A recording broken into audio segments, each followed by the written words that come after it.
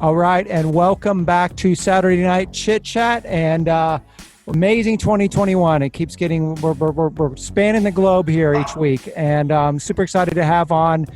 You may know him depending on what where you hang out from different parts. Let's give it up for Mr. Syd Butler from Les Savy Fav. Also, you might know him from Late Night with Seth Myers, or you may know him from his amazing label Frenchkiss Records, which I want to talk to him about all those things. So how you doing today, Syd? I'm doing great. Thank you so much for having me.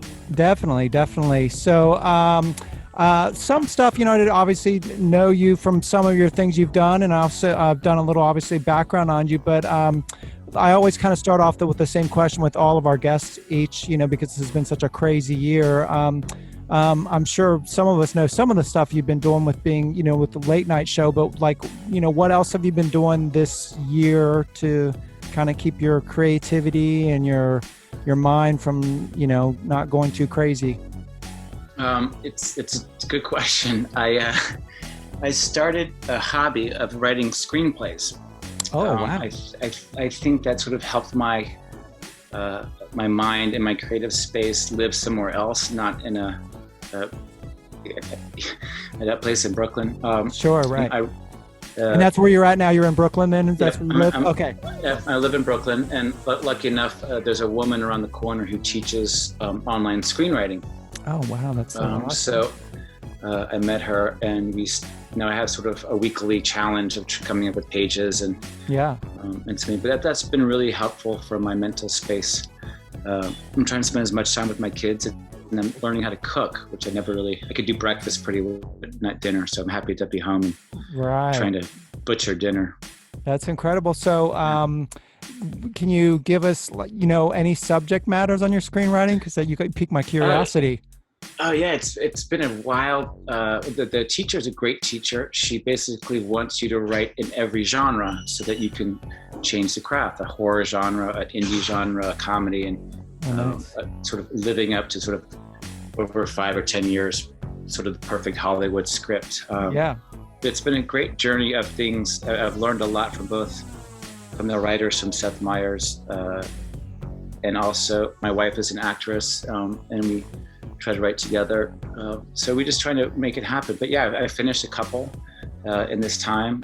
One is about an old retired rock star who was sort of in the Beatles, but left the Beatles kind of like Pete Best or Stuart Sutcliffe, like right before the Beatles broke. So he left and then is in a nursing home, and this young nurse orderly finds out that he was the Stuart Sutcliffe or the Pete Best of this famous band. Oh, not specifically the Beatles, but a Beatles type. Yeah, exactly. Okay, Beatles type band. And she convinces him to join her punk band and go on tour to South by Southwest. So it's sort of, I love that.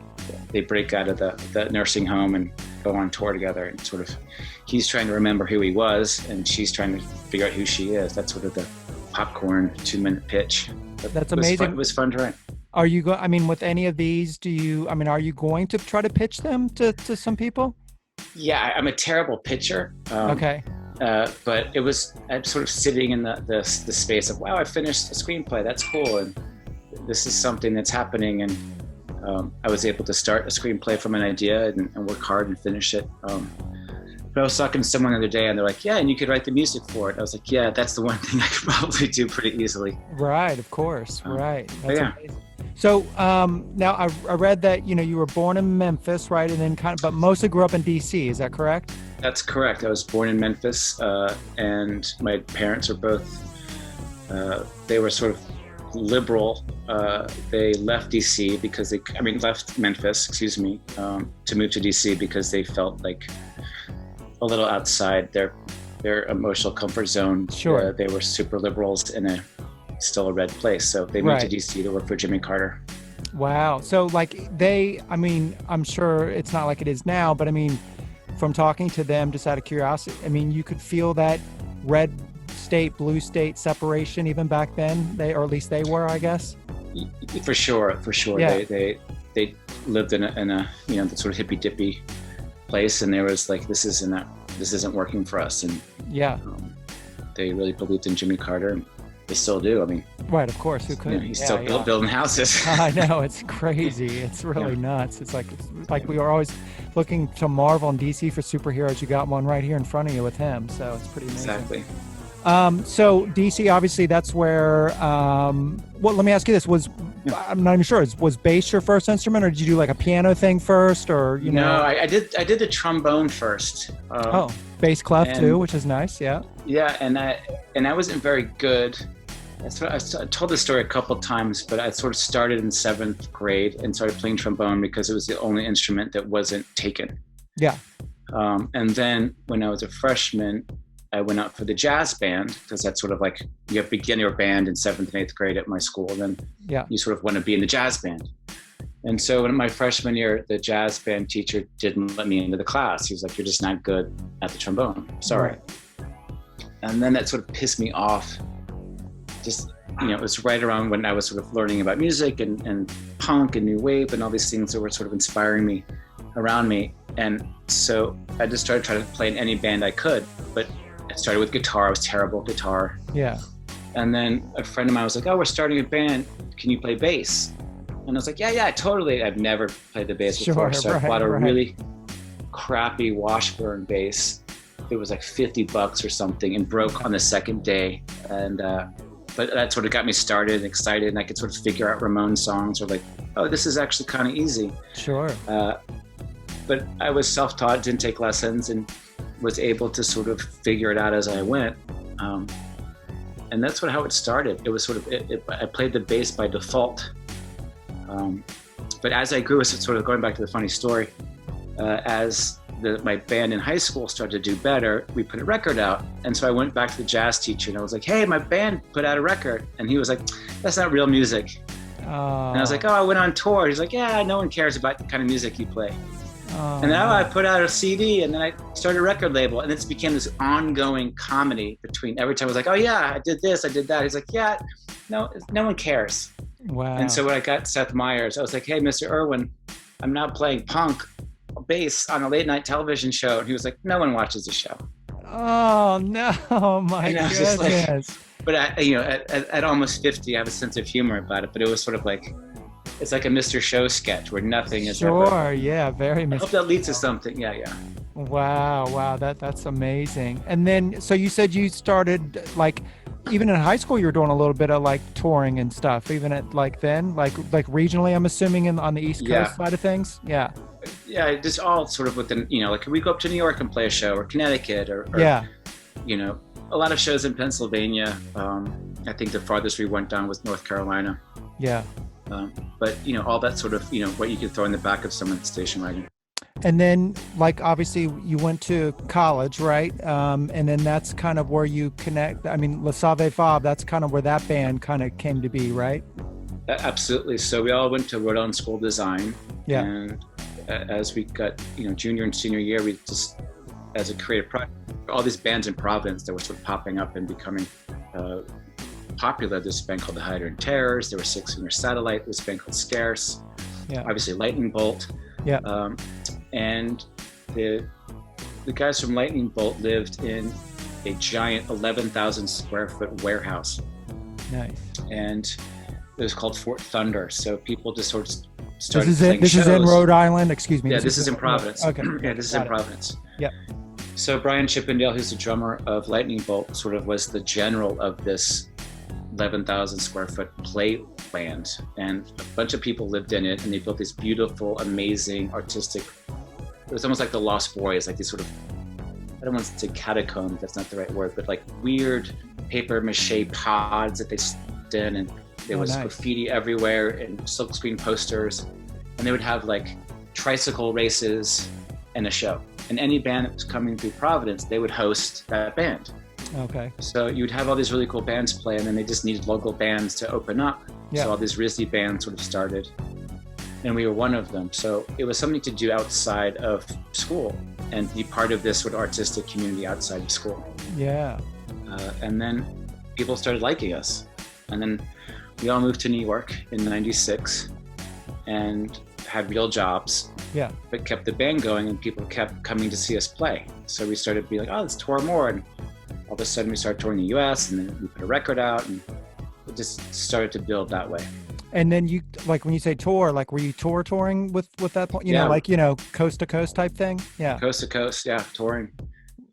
It was, you know, we bought an old piece of crap van with an extended roof. Sure. You know, build a loft in it, and Yeah. in the summertime we'd go on tour. And Wow. we had a great time. It's funny. They always say when you make no money and you're struggling and you're like, God, I just can't wait for a hotel room. God, it'd be amazing. Like, we just made enough money on tour to survive. Right. And when you get more popular and all of a sudden you can afford a hotel room and everything changes, you miss that dirt and that grime, those sort of tour stories that make you who you are.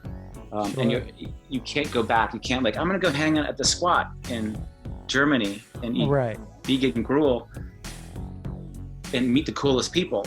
Right.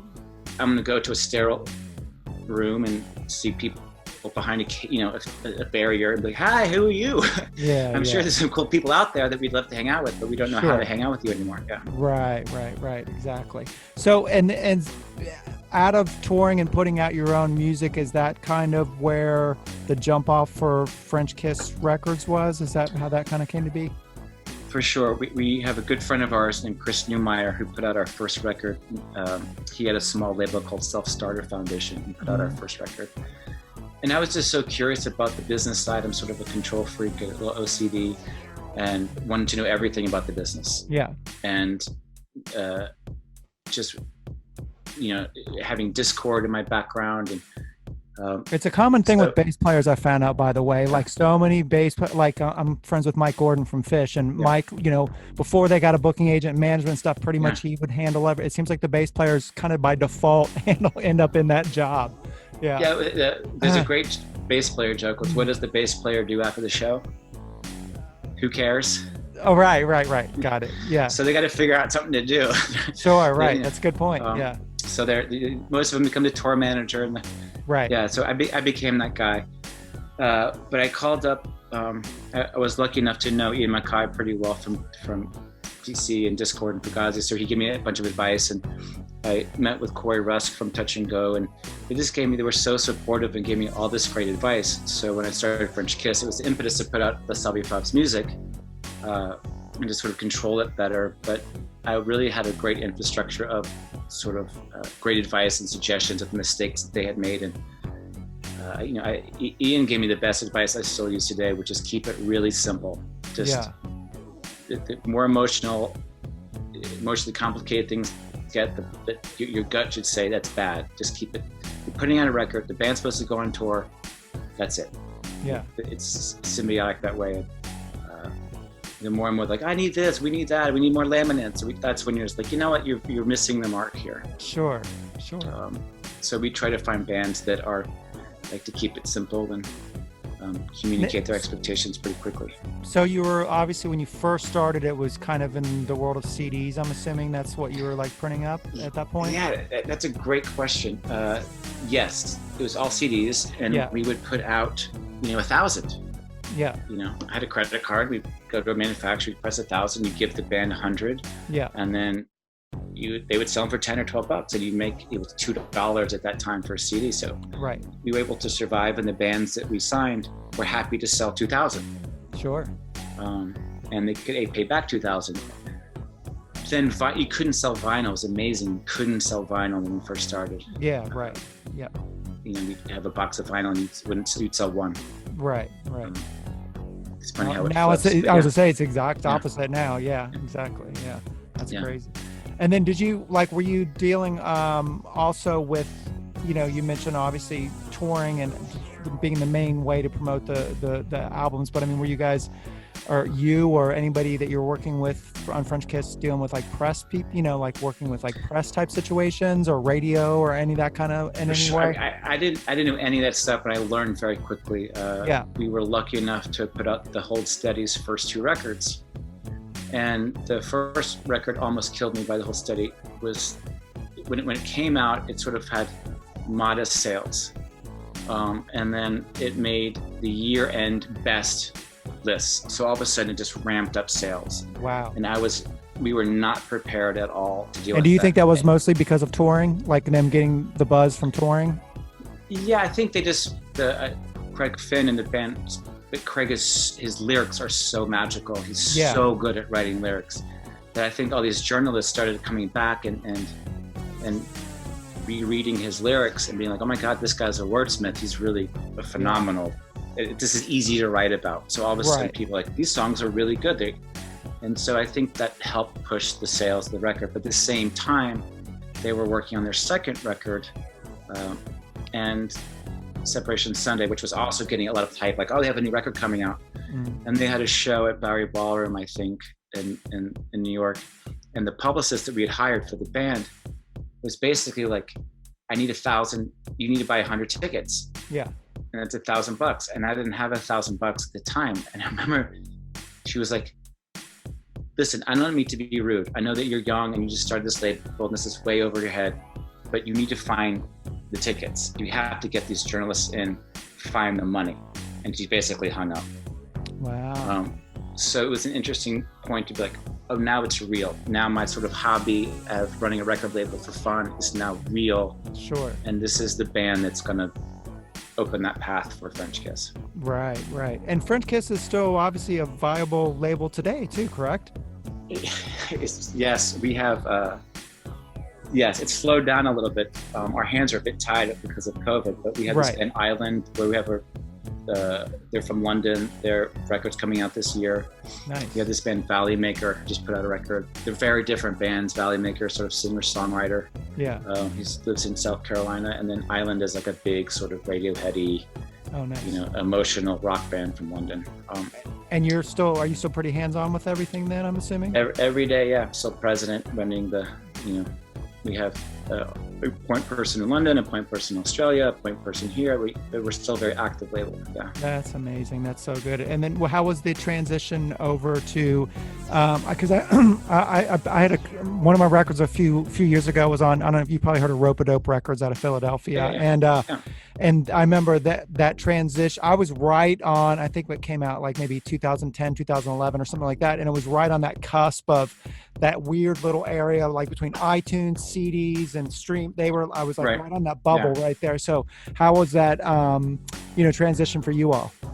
It's a great question. Yeah. No, it's a great question. It's a very relevant question too. It's been tough, because you have different expectations from different bands and different managers.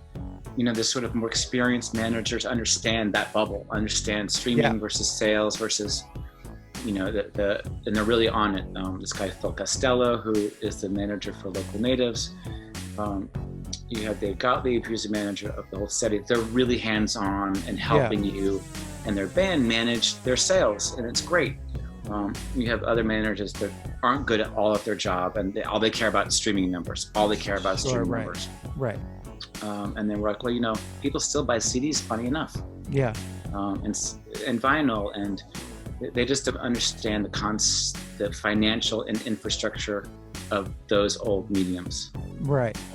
So it's been really difficult to just sort of understand, every band wants vinyl. Yeah. And then they're not going to tour. So then we're not going to make the vinyl because we don't want it sitting in a warehouse unless you go on tour, because touring helps you sell the vinyl. Right. But most young bands care about streaming numbers or their social media status. Sure. And older bands really care about selling the whole package, selling the whole idea of going back to Built Steady or Local Natives, selling the brand of Local Natives. Right. And that's sort of, I hope I answered that question, but yeah, it's still a struggle to sort of deal with. Right. When you throw COVID in there, obviously, even with that, on top of everything else, it gets even crazier. So let's jump around, and I'm not sure where this is exactly in your timeline. So, the elephant in the room, how did you get the gig on Late Night with Seth Myers? I mean, I kind of know some of the background from what I've read, but I think it'd be more interesting coming from you. Yeah. It was a total surprise. My version or my memory of it was I got a call from Fred Armisen, who I've known a long time. And he played drums on the Les Savy Fav track. We've been associated with them or connected to him for a while. His band Trenchmouth. Anyway, he called me up one day and was like, hey, listen, Late Night, or Seth Myers is putting together a late night band. Yeah. And do you know any good guitar players for the band? And I was like, oh man, Seth Jabor from Les Savy Fav is the best guitar player I know. He can come up with a riff. He's a genius, just like shit riffs. Yeah. It's his like superpower. And I was like, oh yeah, Seth's great, perfect, great. And then he hung up. Okay. Conversation lasted 25 seconds. Yeah. So then I called Seth and I said, listen, I just submitted you for Seth Myers, and he had just lost his jobs. It was perfect timing, and he had twins on the way. So he was like, oh my God, if I get this job, this would be amazing. I was like, oh my God, if you get this job, it'd be amazing. Yeah. And so I kept getting updates from Seth being like, hey, I got a call. I think it's going to happen, you know. And then I got a call from my friend Eli from Girls Against Boys, and we went to have coffee, and he was like, hey dude, Fred asked me to play keyboards. And the band was like, oh my God, you and Seth, this is amazing. This is going to be great. Can't believe it. So I was just really excited for my friends. Yeah. And just how cool it was. And I was in Los Angeles with my wife having dinner, and I got a call from this guy named Eric Liederman, who's one of the producers of the show. And he basically was like, hey dude, so we'll see you Tuesday. And I was like, this was a Saturday night. And I was like, what? What are you talking about? And he was like, oh, you're the bass player for the band, the HE band. I was like, dude, I didn't know I had, I didn't know I was submitted, and I have 8 employees. I run this record label. And he was like, dude, I don't mean to be an asshole. You're one of 60 musicians in the world that are in a late night show. I'll see you on Tuesday. Right. I'll figure it out. Yeah. Yeah. You know, and basically it was, I'm glad he did that, but it was sort of I'm going to slap you here. Right. I don't know you, but I'm slapping you. Yeah. And I went back into the restaurant. I was like, I got a job on this show. So it was a very fast figuring it out. I flew back to New York. I showed up for the practice situation. It was me, Fred, Eli, and Seth. And then we were rotating drummers to see who we would sort of become the drummer of. But it was nuts. It would happen really fast. And I think the testament to Fred Armisen's genius is he knew exactly who to pick. He knew exactly how well we would work under the situation. We all have to crank these songs out every day. Right. So before COVID, we go to this little tiny room in 30 Rock, and you know, they give us the schedule for the day. We have 2 guests, we have 3 guests, we have these breaks. You have to write 7 songs, 8 songs. So every song would be opening and closing theme, and then we'd have to write 5 or 6 pieces of music every day, originals every day. Wow. So you're like every show you're writing like new tune. That's incredible. I mean, that's totally inspiring, but just like amazing. Wow. But it was so exciting for us. And the thing that Fred was so good at putting us together, he knew that we would understand the vernacular and the language of writing. Yeah. So if Fred was playing a guitar line, it's like, oh, it's like I have a Pavement song. And we knew exactly how to write a Pavement song. Yeah. Hey, this is a Ramones song. We could just, it's this. Yeah. So we knew how to do that really well. And I think that's sort of been our superpower for the show. And that's how it's been able to work out. But none of us know how to read music. I think Eli knows how to read music, but in general, we're a bunch of punk rock kids that landed on this show. And Seth Myers loves the music we play. He loves The Clash. He loves all these bands. So it sort of became a nice, cohesive situation. And sort of worked out. And then even better is that Eric and Fred had the idea, when Fred started working away, to rotate these drummers in. So as a bass player, it's been amazing to play with some of the greatest drummers that are alive today. Yeah, I know you play with Nikki, who's a friend of mine, Nikki Gillespie. Oh, she's the best. I love her. She's her foot will like knock you over with her foot. Yeah, I know. Yeah. And she's got, and she just has this sort of like wry smile. She kind of looks at you. I love Nikki to death. She's phenomenal talent. Yeah. She really is. Great person too, as well. That's great. So, is it the same kind of semi-sketch since, with COVID and stuff? I mean, like same situation. I know you guys are probably doing it more remotely, obviously, but like how does that work now? Yeah, we haven't been back in the studio since March of 2000 and whatever this thing started. Right.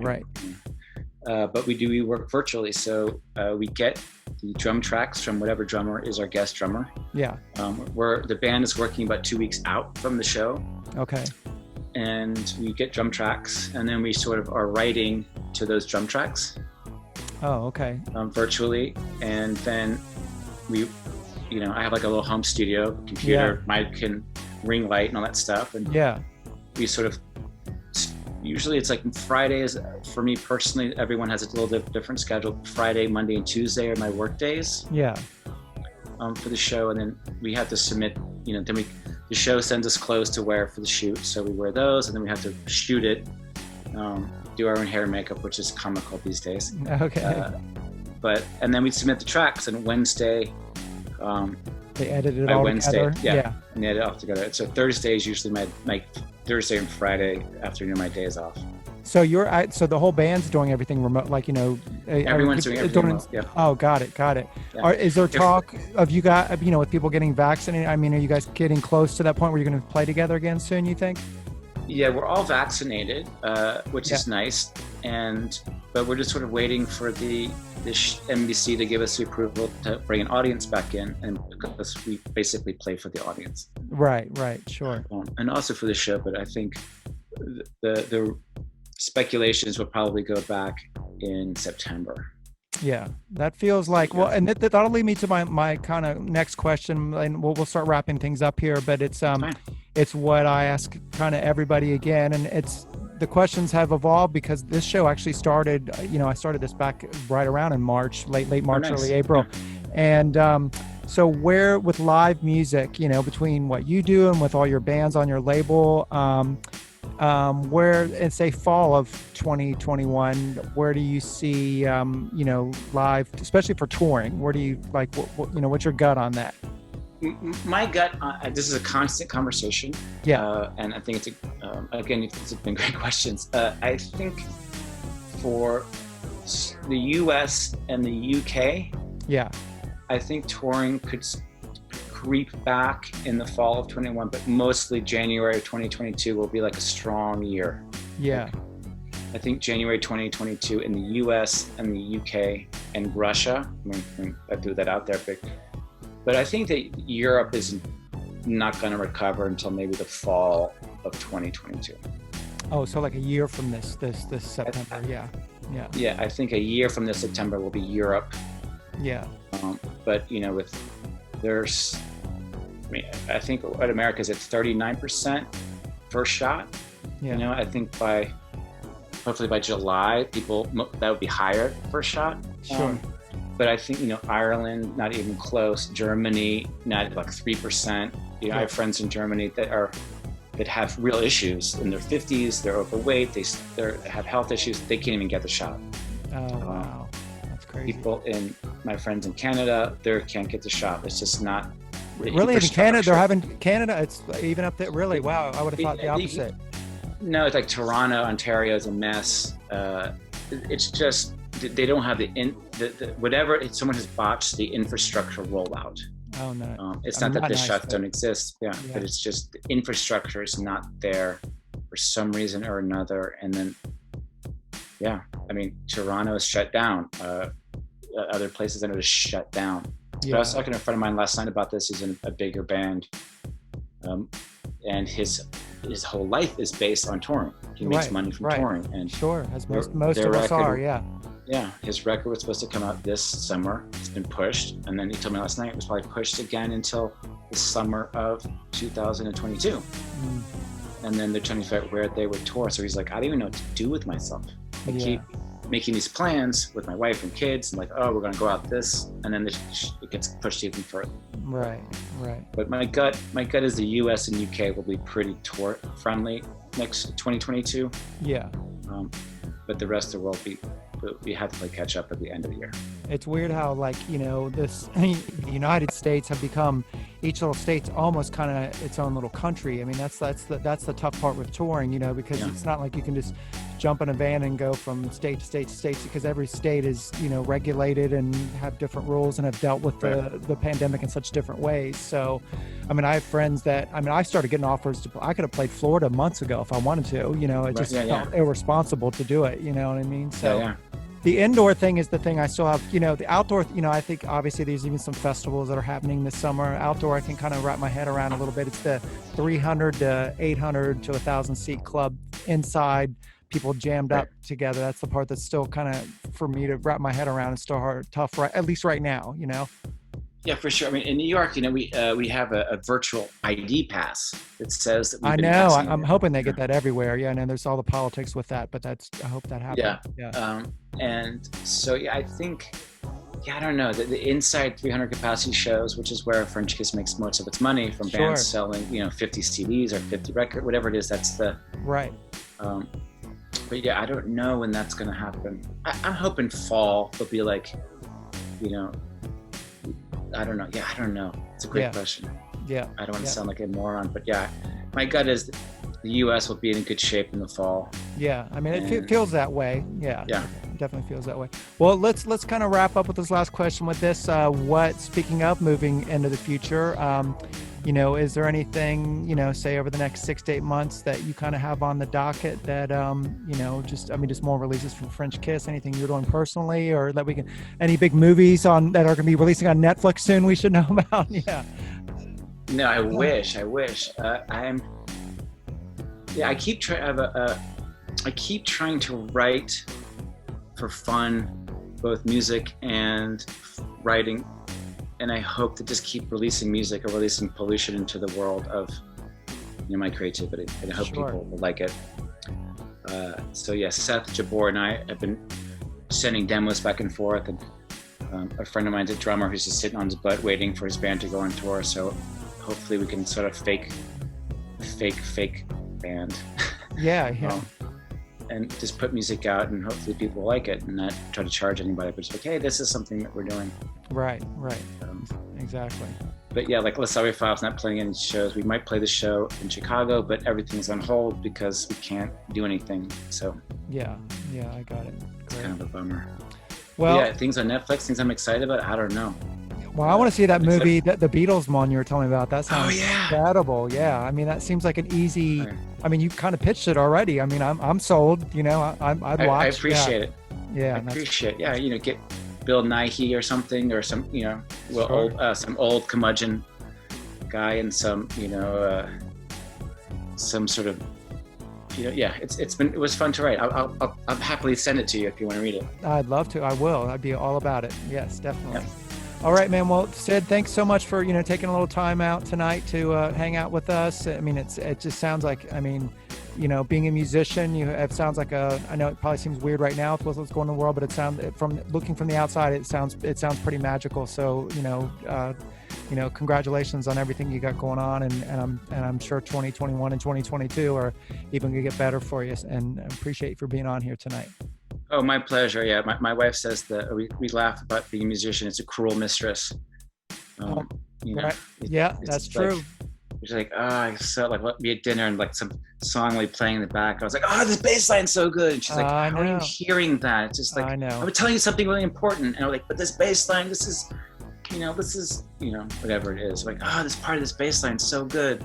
Disorder by Joy Division. Oh my God, this part right here is amazing. And she's like, I was telling you that I loved you, and you just. I was like, I'm so sorry. I know. There's a great scene. Have you ever seen Amadeus, the movie Amadeus? Yes. Yeah, I love that. There's a scene, when he's playing pool at the pool table, and there's this his wife's yelling at the kids, and the dad's freaking, and there's this chaos going on, and he's just writing this, and so it starts off, you hear all that stuff, and it kind of, you see it go inside his head, and he's just taking the pool. It's such a great scene. It's how musicians are, for sure. Yeah. Yeah, it's a blessing and a curse. Yep, exactly. Well, good. Awesome. All right, well, brother. Well, you take care of your day. Have a great week, and we'll be watching as well the rest of the world. Thank you so much. You're so kind. Thank you so much. All right, see you, brother. Bye-bye. Bye.